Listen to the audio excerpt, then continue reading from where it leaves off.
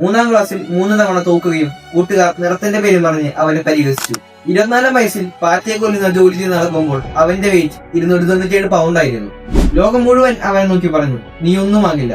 പക്ഷേ ആ വാക്കുകൾ അവൻ മനസ്സിൽ സൂക്ഷിച്ച് അതൊരു ഇന്ധനമാക്കി മാറ്റി.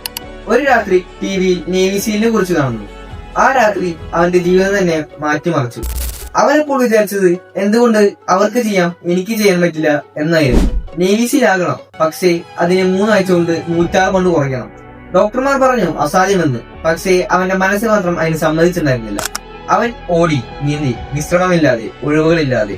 അസാധ്യമെന്ന് പറഞ്ഞവരെടുത്ത് അവൻ കാണിച്ചു കൊടുത്തു അവനെ കൊണ്ട് ഇതെല്ലാം സാധ്യമാണെന്ന്. ലോകത്തിലെ ഏറ്റവും കഠിനമായ മിലിറ്ററി ട്രെയിനിങ് 2 തവണ അവന്റെ മുന്നിൽ പരാജയമായിരുന്നു. പക്ഷേ 3-ാം തവണ അവൻ വിജയിച്ചു.